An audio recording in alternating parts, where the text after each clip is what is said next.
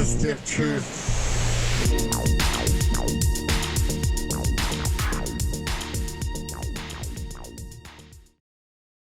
There we go. Oh, it's happening. It's all happening. Hey, how are you? Hi, I'm doing good. How about you? I'm doing good. You look great. Thanks. So do you. You look good. I should, today was actually is one of those days where I just got a lot of grooming done that need to be done for somebody like myself. Trim the nose hairs, I trim the eyebrows up, get those nice and just uniform, because they can get kind of bushy and straggly. Got the fingernails clipped up today. Did a nice little shave today. It was a very productive morning when it comes to taking care of me, and I like that, Bob. I feel good about things. I do not feel selfish at all. Good for you. I bet your wife likes it too.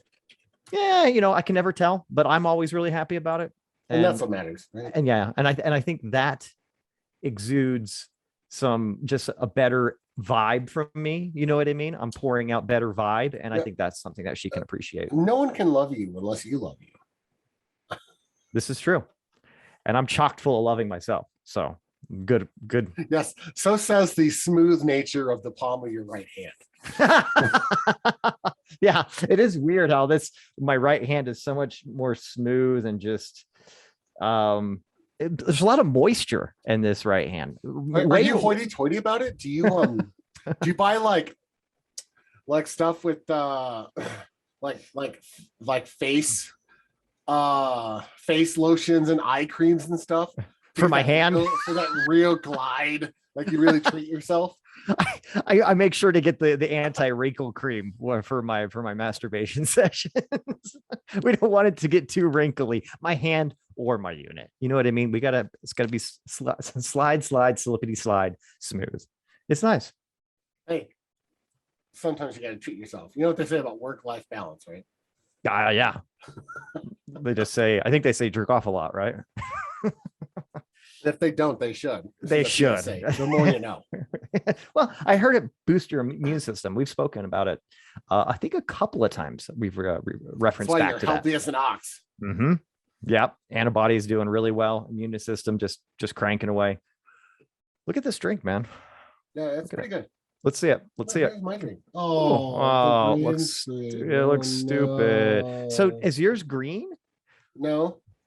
Oh, okay. Well, it's interesting. No. Yes. Hold on. I haven't had it yet. Let me try it. And again, F me hard, Bob. Maybe. You gotta be a good boy, though. Wow. What a take. Oh, wow. Like my Owen Wilson. There it is. Beautiful. See, mine's a little bit different of a color, and I think we know why. But that's okay. Slow gen? Yeah, the slow gen's like purplish. That's why when I added it in, it kind of gave almost like a ruby red grapefruit color to the whole drink. It's pretty cool. But hey, F me hard. What a drink. This is a legit drink too. It's in the Bartender Black Book. And like I said, before we started recording here, it's pretty beefy with its contents. I felt kind of like a mad scientist putting this one together, like almost like, should I mix these together? And people in the background, spectators, like, oh my God, he shouldn't do that. He shouldn't be mixing rum and gin, amaretto, coconut. Oh my God, no, don't do it. But I did it. I was splash, spliggly splash, shake. But dude, it's pretty beefy. Look, we got vodka, half ounce of all, right? Vodka, gin, rum, amaretto, coconut rum, melon liqueur, peach schnapps, slow gin, OJ, little shaky shake. That's all before we start the show. Yeah. Speaking of, you've reached the stiff truth. I'm Bob West. I'm here with Scott Casanova. He is Bob West. Figured I'd get that in before we get too far in. I don't want anyone to get lost, being on the Stiff Truth channel, on the Stiff Truth podcast, on the Stiff Truth YouTube channel, seeing our faces. But still, there might be new people out there. Are you being kind of a smartass, like saying they should already know where they are by now? But I'm glad you put that in there, though. I'm glad you put that in there, because it was basically, it's your go. So you had to take ownership of that. I was just going to start rambling about the cocktail, because it's surprising to me that all this shit is packed in there, and it actually tastes like something that is a recipe, right? Like a actual legit, like this, watch it happen. When you combine all these different things, it's going to be magical. and I'm actually pretty impressed. It makes me want to get a juicer out and make it with like 100% squeezed orange juice and see how that works out. I know you really, like to squeeze really it do too. it up, right? Oh Really, god, it's a hoity-toity bar. yeah. It's all top hoity-toity shelf stuff. It's all Grey Goose. You're looking at all the top shelf stuff. Yeah, we got Tanqueray gin in there, Grey Goose, just some random $180 bottle of rum that came from the Caribbean, like we actually had it flown in or something like that. Yeah. Well, it's good. Jess tasted it before the show started, and she said that's actually really good. Mm-hmm. And I'm like, what do you mean actually?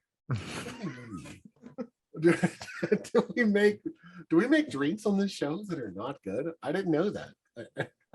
When I can't remember them offhand, but I want to say there's at least been a couple that were like, oh yeah, probably never again, but it's booze. We're alcoholics. Let's throw it back and continue on with life. But for some reason, they weren't that horrible, or else they would come right to mind. At least that's my point of view. That's how I'm kind of thinking it would happen.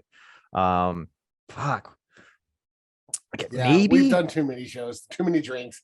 Maybe the milk-based ones are a little funky. I don't know. The milk and peppermint one, like the candy cane, was kind of good, but I wouldn't have it outside of like within the week around Christmas. Like, honestly, if I was having one of those right now and it's like 97 degrees outside, somebody'd have to put me in the hospital. Like what the fuck are you doing, dude? Well, and it's also the same thing with the New York Sour. Like for us, that's good. We don't fear the egg white, but for Jess, she just thought that was the most disgusting thing ever and would never drink it, no matter what. It could taste like the best flavor in the world, but it has egg whites in it. She finds that disgusting. So, predisposition to it tasting bad is going to always be there. Yeah, well, and then going back to that kind of consistency, you're very used to. You know what I mean? So having that drink just slides right down, nice and slow. You don't even have to swallow it the entire way. Just like start the swallow and let it just wiggle all the way. You gotta just like relax the throat a little bit when you drink it. Oh Jesus! Well, I'll tell you what. That's always fun, Bob. But here we are. It's a beautiful Sunday.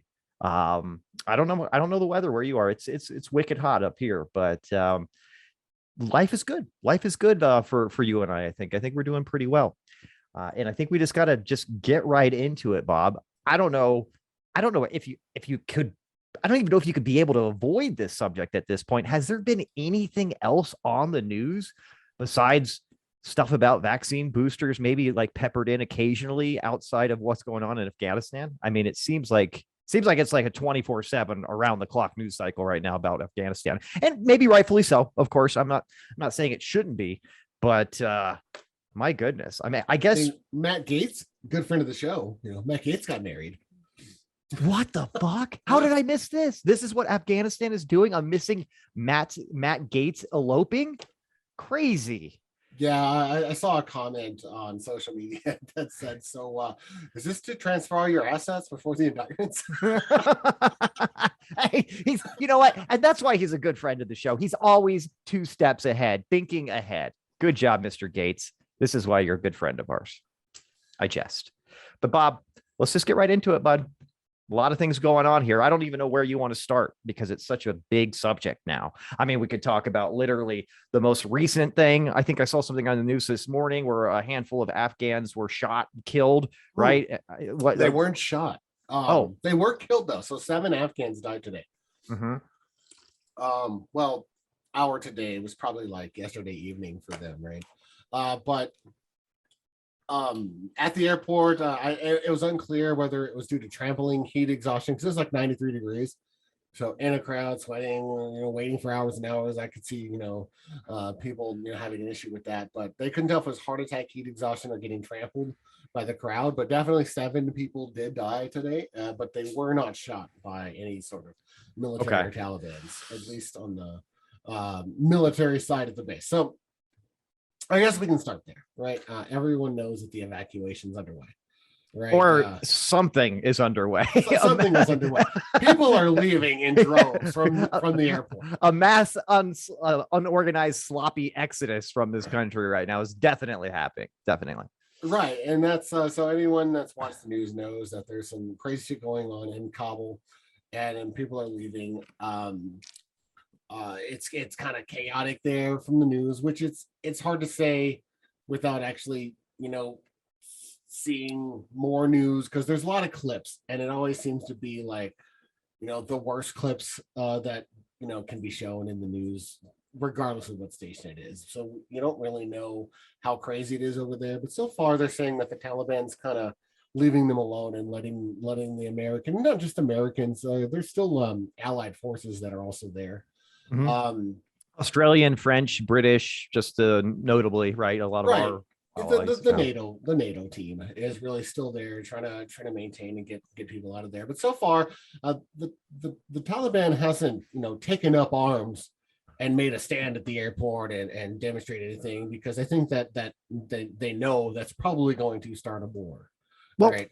Can I say this real quick? And I was just, it's like one of those big kind of, I was talking to my brother the other day about it. The Taliban, as we knew them, right, were very, destructive kind of force, very unorganized in the sense of like comparing them to a legitimate government agency or body, right, or whatever. But they want to have like this clean slate kind of, we've reinvented ourselves. We're for real this time with kind of being with mingling with the world in general. So I just wonder like how much of that is bullshit, and maybe, to be blindly optimistic, how much of that maybe is them really trying to make a real pivot to be like the governing body of Afghanistan for the long term, like sustainably. I have no idea. I'm not going to give them a lot of credit, but again, that's what they want to convey right now to everybody else. Like, hey, this is a different Taliban.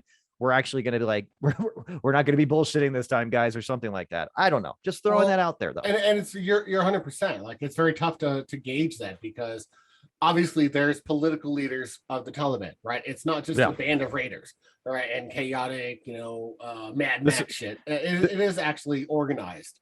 But then you have these lower level people, when they say that people are going door to door, they're beating people. Well, you can't control all like 50,000 people that are under you 100% all the time. It even happens with normal structured troops out there. There's still like a war crime may happen or whatever, and people get court-martialed, and so there's still going to be these stories. But I think overall the leadership of the Taliban is really trying to like hold the fort down, and hey, let's just let everyone get out of here, and then we'll have this government, we'll get organized with all this billions of dollars worth of fucking military equipment, we'll rebuild our country, rebuild our military, and then we'll start fucking with people, right? Build back better. That's by right. The Taliban. so I don't think that the leaders of the Taliban right now are really trying to start too much shit, because they're ill postured to fight a war at this moment, right? Right. They'd be shooting themselves in the foot, figuratively, right? I mean, you don't want to start a war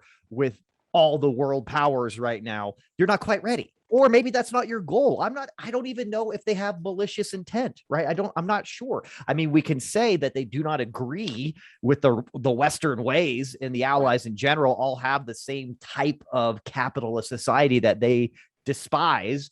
But does that mean they really want to kill each other over it and get into something where they're going to be way over their head? Let's face it.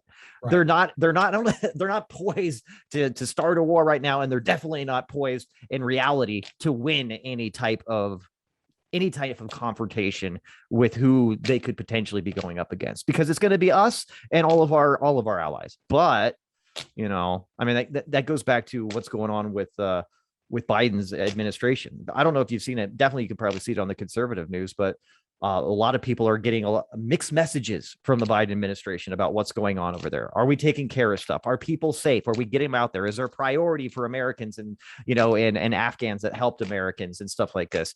I don't know. A lot of people are screaming that our allies are losing faith and trust in us with what's going on right now. I mean, have you seen any of that? I've just seen rumblings, dude. I haven't really dug into it much. Yeah, I mean, here and there, it's very tough. Like I said, it's very tough for me to like kind of watch any of the news right now.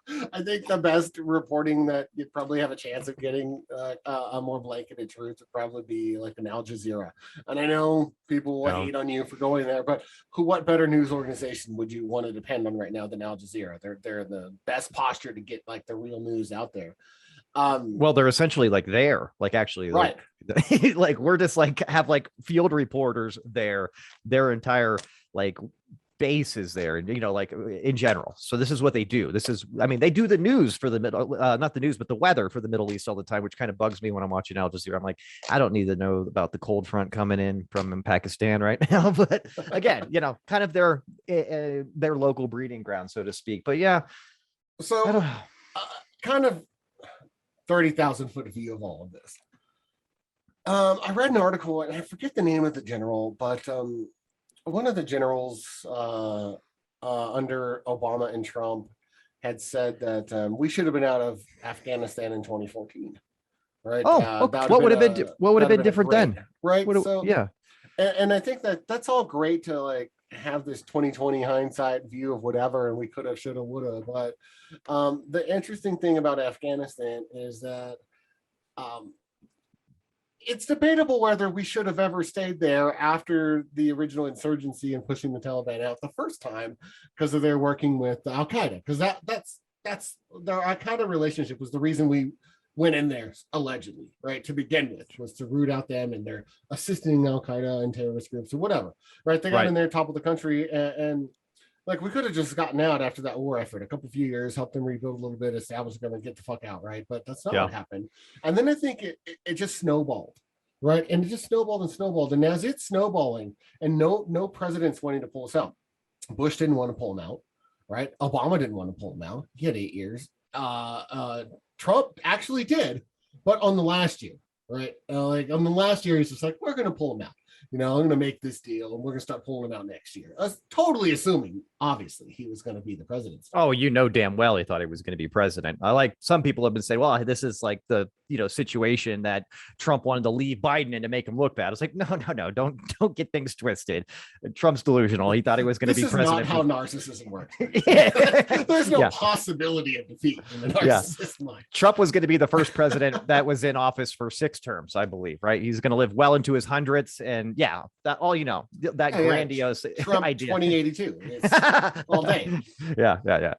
So no matter who was going to pull out, when we were going to pull out, the Taliban were going to take back over. It was going to be chaotic, and it was going to look like shit. And everyone has known that. And that's pretty much why I think no president has done it. So to Biden's credit, Trump made a plan. Biden and Trump actually agreed with this when they were campaigning about pulling out of Afghanistan, which is kind of a bipartisan fiasco back during the campaign trail, because no one knew heads or tails why they were agreeing on something, because that's not how you do it. But they actually did agree on this, and to Biden's credit, he did follow through with the plan. He left there, didn't change it. He did pull out, and I think he pulled out because he doesn't plan on running again. I just don't think he does, and I don't think he cares about the optics. And he's just like, fuck it, I'm going to still do it anyway. It's going to look like shit, but we're going to do it now. I think it looked much. But it's much worse than anyone anticipated, right? Yeah. I think, and to your point there too, and to give this like a nice analogy here, it was like, it was like Afghanistan got if it was a person, it got a giant, like, let's just call it like Excalibur sword, like right through the chest, right? And everybody's like, you got to pull that knife out. It's like, well, if I pull it out, like blood's going to squirt everywhere. That person, Afghanistan's certainly going to die. Bush, I'm not going to touch it. I'm just going to leave the blade in there. At least he's still alive. You know what I mean? Right. And kind of the same thing for a few more presidencies. And Biden's like, dude, again, it does bipartisan, because everybody knows in their mind, we can argue about whether or not we ever should have been there, or when was the right exact timeline and time frame to pull out with the least amount of repercussions and the best positive results. But at the end of the day, I think everybody agrees that we should not be there any longer. The way to pull people out, that's definitely up for debate. So I think they knew it had to happen. It was like the elephant in the room to a certain extent. Like, what are we still doing over there? It's been 20 years. And again, that opens up a whole nother can of worms about, well, we never should have been there, which again, rightfully so. There's a lot to that, or maybe we should have pulled out 10 years ago, whatever. It's a Band-Aid that had to be ripped off eventually, but it's kind of like he just ripped it off. Like, like there wasn't a layered strategy to get the Band-Aid off without ripping out a bunch of hair. I know we're not huge on what if scenarios, right? But what if Trump would have won, right? And it still went down like this, but in May, like he had planned, and still went like shit. I wonder what the narrative would be. Oh, I can tell you right now. Another bungling blooper from Trump, always caring about himself and his own personal praise. And look what he's done to the American people now. And look what he's done to the Afghan people now.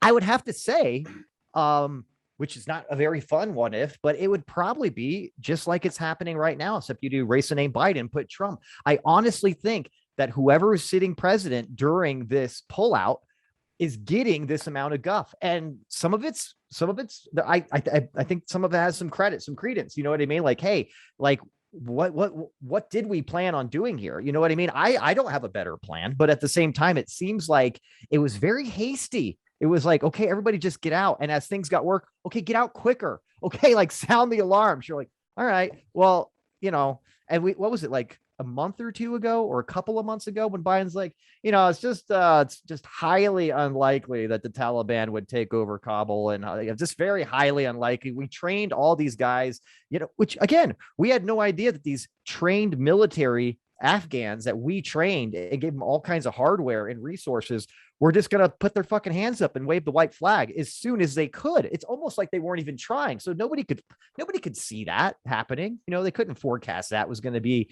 you know, what was going to happen to what we tried to do to prepare them. But at a certain extent, you can only do so much. It's like an addict, right? You can't change an addict. It's like you can't change a lot of the Afghan people in the sense like the culture and like the vibe there of, hey, here comes the Taliban. Well, we're just going to throw up our fucking hands and give our guns back to them and say, here, you guys go ahead and take over. We really didn't want to do this anyways. I mean, I don't know. You know what I mean? Yeah, and a couple interesting things happened today.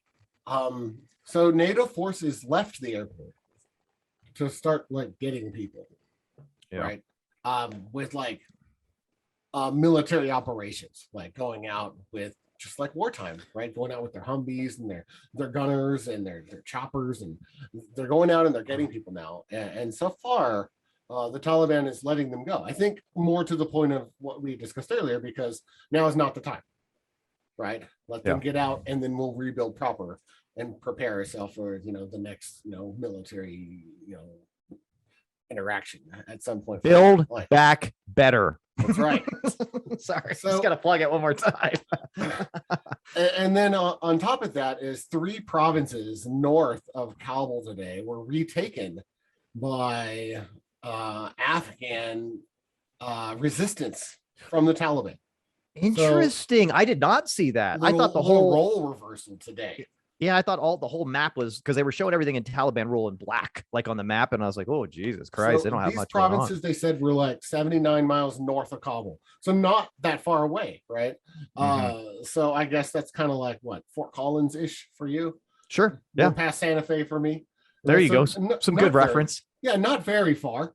But I guess they're the Taliban's talking about, well, we're gonna send armed troops up there with all of the American equipment. Well, that's cool that they have American equipment, but the thing is, they haven't been trained or know how to use it effectively as American and NATO forces do right now. They just simply have it. In a few more years, they'll be well versed in the equipment, have training programs, and they'll be much farther along.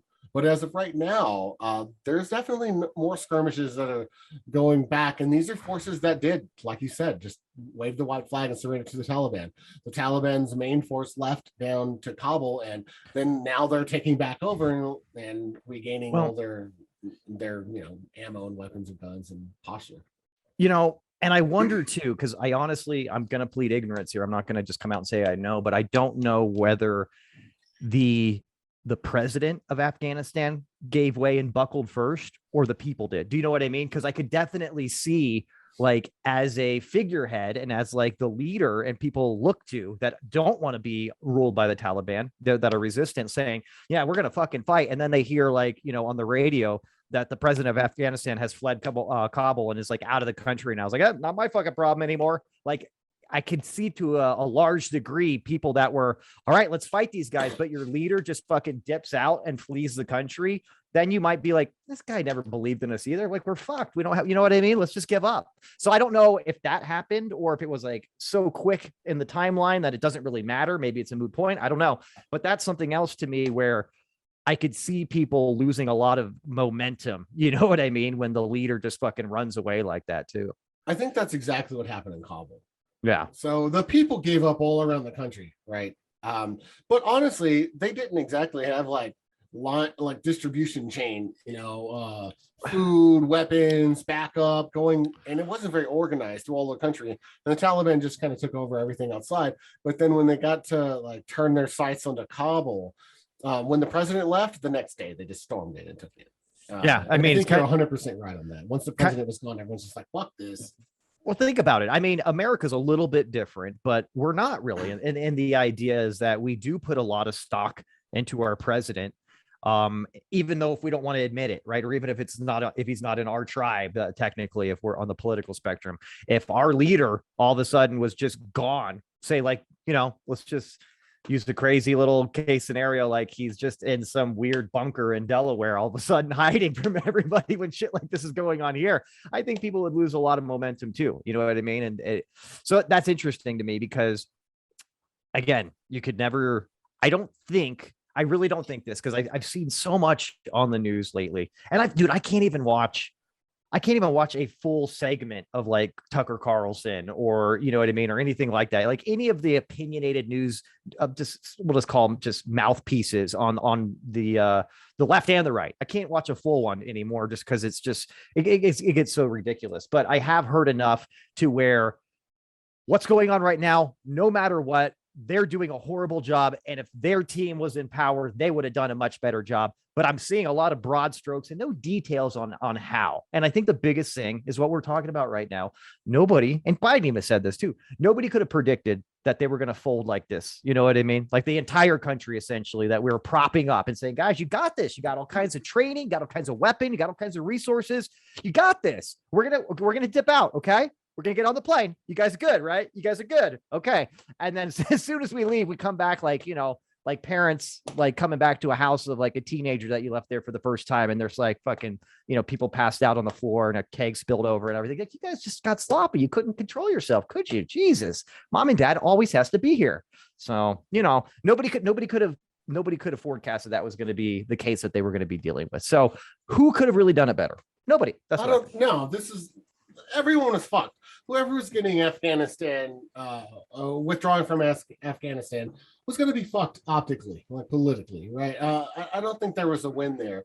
I do give Biden credit for following through with it and doing it, and I give him tons of discredit for not just like, oh, shit's going down. Sorry, guys. I'm going to have to send like 30,000 troops in there and lock down Kabul. I'm sorry. We got to get everyone out of here. We didn't fight in here for 20 years and put all these people at risk just to leave them. Right. And so there is that. And I know logistically that's a lot to ask because of the time frame that the Taliban kind of squeeze it down to. Yeah. But I don't know militarily how long that actually takes to do. And I know that it's risking lives, but they risk their lives. The people that work for the military, the people that are at risk now from the Taliban, they risk their lives for us, right? And for their country. And the thing about Afghanistan that strikes me is that one of the reasons that America's military is so strong, that Russia's military is so strong, the Chinese military is so strong, is their nationalistic pride, right? Mm-hmm. Their way of life. You won't come in here and take our way of life. One of the biggest resources that we had in fighting in World War II was you can't come and take over our country with that Nazi bullshit, our freedom, our way of life, you know what I mean? But in Afghanistan, there doesn't seem to be a whole lot of nationalist pride. It's more about religion-based and their families. So when the Taliban comes and you're looking at dying, I think a lot of the consideration of I want to take care of my family, my own family, versus my country, I think that all comes to play. And I think part of rebuilding Afghanistan, we didn't let them choose their own path. to get that pride for themselves. We forced this democracy, this Western kind of way of life, and it interjected our belief system into them and wanted them to buy into it. When really, I think that we needed them to find their own belief system so that they could get behind it and fight for it. And so when Taliban came, I think they were just like, it's not worth it. Yeah. Well, that is a fantastic point. I think we talked about that earlier this week too. Just the history, the nomadic drifting history of the people of Afghanistan doesn't really give it a national identity to the extent that the Soviet Union or the United States or China or Japan, you know what I mean? The rich history of like being together as a unit. I don't think that's really there as much. I'll just say as much. So I think that definitely has a lot to do with the line of thought of, like you just said, you know what, I got to take care of my family. You know, I don't really care what happens to the guy next door to me because I don't know, like, I don't even really know that guy. Don't give two shits. You know what I mean? Let's go take care of like mine. So that's a very good point. I didn't really think about that too much. But that makes sense. And that should have been taken into consideration with our exit strategy, honestly. Right. But again, the whole thing about exit, you know, I'm definitely in the school of thought here that we never should have been in Afghanistan permanently originally. You know, like I think we should have gone there to scope things out, to do what needed to be done, and to really, I guess, I mean, you got to do something right after 9/11. You have to do something. The American people wouldn't stand for a no move right by us not to do something. I think more than anything, we had to make some kind of reaction just to show that we gave a shit as a country. So I understand that. But at the end of the day, I'm just not a huge fan of nation building in the first place. And we can sit here and scream bleeding heart and humanitarians of the world and all that shit, which is great. But the last time I checked, obviously, we've got a shitload of our own problems here domestically that we probably should think about ironing out first before we go to try to fucking make everybody else's country better. That, I think, is misguided priorities right there by the United States, and where I think we always kind of overarching ourselves into other people's business all the time when that's just, again, it's not a priority in my mind. So I don't know. But again, if you do that and we never are over there, then what could have happened to other countries, including our own? When is it like the libertarian side of me is saying, you know, it's not our fucking backyard, it's not our problem? When is that our problem to where that needs to be like a change of mindset? You know what I mean? That's kind of I don't know. It's an up in the air. Do we wait till they attack us again before we decide that it's in our best interest to go over there and see what the fuck's going on? Maybe so. But again, that's the big question mark that I don't think anybody wanted to let happen. But look where we are now. We're at a point again where we can't pull the knife out. And when we just did, there's fucking blood all over the place now. And now we have to deal with it regardless. Yeah. And honestly, it's very tough for us to just indefinitely budget for this, right? To spread a country's resources out, or not even a country, right? An empire's resources out. Then with wars abroad has never worked out long term. That's been the beginning of the downfalls of all the great civilizations, right? Oh yeah, that's how the Persians fell. That's how Rome fell. That's how the British fell too. That's how Germany fell twice. Yeah, tried too hard, too much, too much, too quick. So and there's something to be said for maintaining your resources. Like I hear a bunch of talk about, well, we need to be in Afghanistan, and but we need our borders protected. And it's like, well, why don't we just pull our troops out of Afghanistan? Why don't we just go put them on the borders?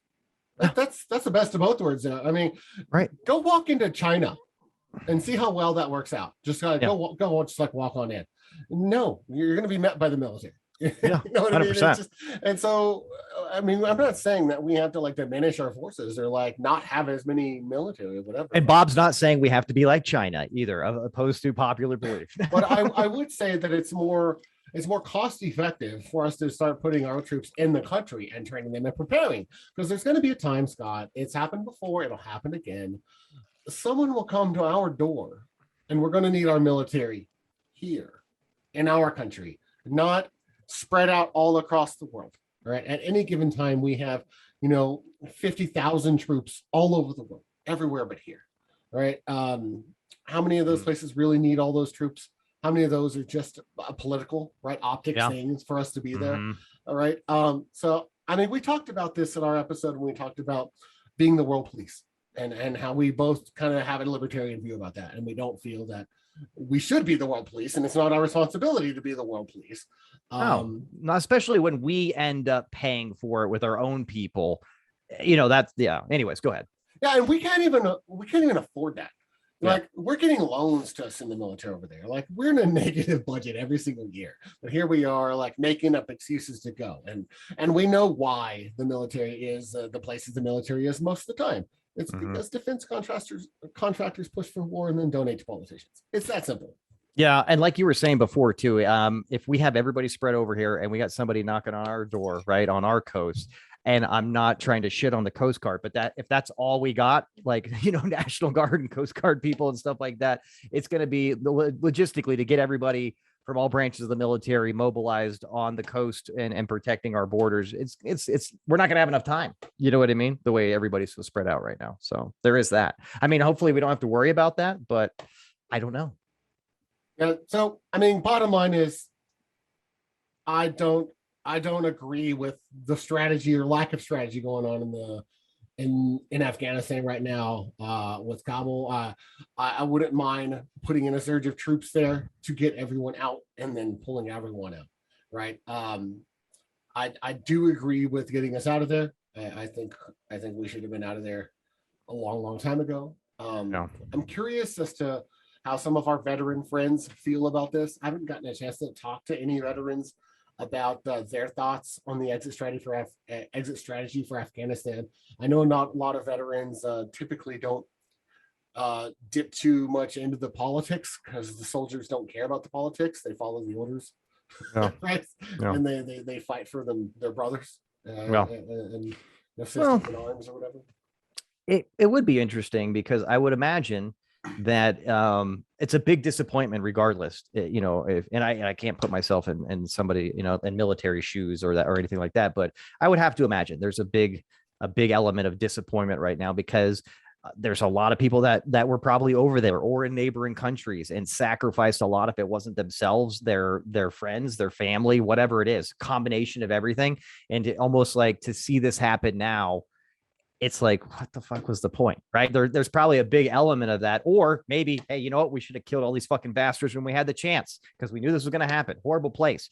I don't know if it was us talking about it or not, but I hate to say it, but like, hey, you know what the Middle East needs? A giant fucking atom bomb. It needs, and that's an over exaggeration and a little bit crazy, but it needs a reset to a certain extent. It's crazy over there. There's so much going on over there. Like it's always been chaotic and always been very volatile. I don't think in written history things have been calm in the Middle East in general, everywhere, right? So I don't know. Like I'm kind of in the thought right now, like. I like what you're saying. Let's pump up personnel right there, right now, and make sure that we get our people and our supporters out of there safely. And then literally what we do, and I kind of hate to say this because it seems cavalier or what have you, but just leave them to their own devices for a bit and see what happens. Maybe again, optimistically, the Taliban gets that into a working government and actually becomes like a legitimate, like not poverty-stricken kind of society. I don't know, but we should probably only be in neighboring countries, right, to keep an eye on things that want us there. That's another thing too. We shouldn't be inserting ourselves in borders of people that don't want us there right now either. So there's that. Kind of just leave them to their own devices. Let this shit fucking play out. And if there's something happens that warrants us bringing a bunch of military personnel back in there because they just can't fucking keep their shit together. Okay. But maybe we have to give them the benefit of the doubt for a little bit here, because honestly, when have they had that benefit? 20, 25, 30 years ago, right? So you have no idea. You got to kind of let things play out a little bit to see if it warrants us doing anything. Or maybe we should just, fucking try to patch up our own fucking country for a couple of years and let them fucking deal with their own shit. Yeah, no, it's not like we have a shortage of problems to deal with here that we need to go find some. No, we got to line up a bunch of freedom people and fucking force them into their vaccines right now. For real. That's a whole nother show, man. You can see Bob starting to get hot under the collar. Maybe that'll be next week's show. Well, maybe we're about due for a COVID talk here. But the other thing that I was thinking about, Bob, all kidding aside, is I know nobody could see this happening, right? That the Afghan military that we trained would just fold. But if you look behind you, that was the general that was training all the Afghan people. That cute little fellow there with the white ribbon or the blue ribbon across his So what are you gonna do? Yeah. So I don't know. I mean, maybe we could have picked a higher quality, trainer or what have you, but there's always that. So nobody's gonna get that. That's on the in podcast world, only on YouTube. Sorry, guys. Well, hopefully they can figure out a way to get everyone out of there, and that wants to come out and let them go. Our deadline's the 31st.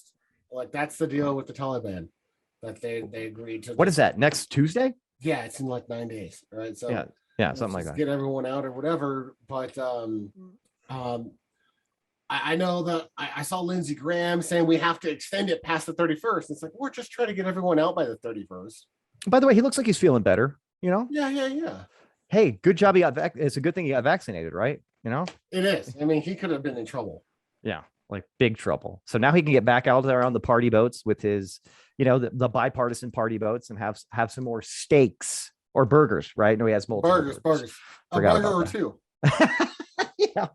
It sounds like you're getting another cocktail. It's like, I don't know, I might have a burger or two. I don't know. You want another burger? Yeah, go ahead and load me up another burger, buddy. I like that. Yeah, bring me another one before this one ends. I like to keep them going. We don't want any hard pause with my taste buds here. We want this to be just around the clock consistent. Man, I'll tell you what, Bob. It's been a while, but no, it hasn't been a while. Who am I lying to? I said this last week as well. I might have said it the week before. I'm going to have another one of these. I'm going to go do another one too. They're pretty dank. They're good, man. They're really good. They are dank. I mean, like, let's call it. Well, hold on. 1, 2, 3, 4, 5, 6, 7, 8. 8 half ounce. That's 4 ounces of straight booze in one drink. That's a pretty healthy drink. Now, granted, only a few of them are like what we call like standard proofs, right? Because the other ones are liqueurs, but still, I want to say it's probably only like a couple ounces of OJ in there too. Guys, this might be like the biggest PSA, but if you're looking to, kind of, knock your dick in the dirt a little bit off of one drink, and have it in a really tasty, almost kind of fruity kind of chick drink kind of flavoring, I would say the F Me Hard is a 5-star recommendation for that. Yeah, I like the F Me Hard. It's a good one. It's something that pretty much anyone can drink. Yeah, right. Seriously, it's not like just for the stiffies out there that like their stiff drinks, but it's a bit of a panty dropper too, right? I'm gonna say that. Yeah. So yeah, that's a good one. Good choice. Good find. Well, sometimes I was fumbling around for this one, Bob, but I do have to give myself credit. I'm pretty impressive sometimes. Indeed. Well, I feel like I think we've about covered everything, unless there's anything else you'd like to say. No, I mean, I'm excited for next week because I just to trickle it in there. I think we are due for a COVID/vaccine kind of update and getting our thoughts about what's going on here, because let's just call it what it is, Bob. I was talking to my brother like the other day, again, same conversation, but we're going on now, the pandemic being 2 years, maybe more by the time this is all said and done, if you think about it. So I think it's worth a conversation because there's some strain. There's some strain on people mentally right now about, like, no matter where they are on the vaccine front or politically, like, here we are. This is not going anywhere. So people need to make a fucking plan if they haven't already. And I'm interested to talk about that, see where you're at too. Yeah. It'll be an interesting conversation. I definitely have some things I'd like to say about it. Yeah. Bob, next episode, I'll go ahead and give a little preview. Bob says mandatory shots in the ass for everybody. No questions. And we also talk about vaccines. Woo! Yes. On that note, Bobby, bring us home, buddy. Thank you, everyone, for listening. I hope you enjoyed the show. And if not, stay tuned every week. You'll find one that you like. Eventually. If not, enjoy the drink, or start with the drink first, like we do. It'll help it me be a little more palatable. Thank you for listening. Thank you for watching. Catch us on YouTube, on our Stiff Truth channel. Join us on Patreon. We appreciate all of our supporters there. It's been great. Scott, it's always a pleasure, man. Hey, you the same, buddy. We'll see you next week, guys. See ya.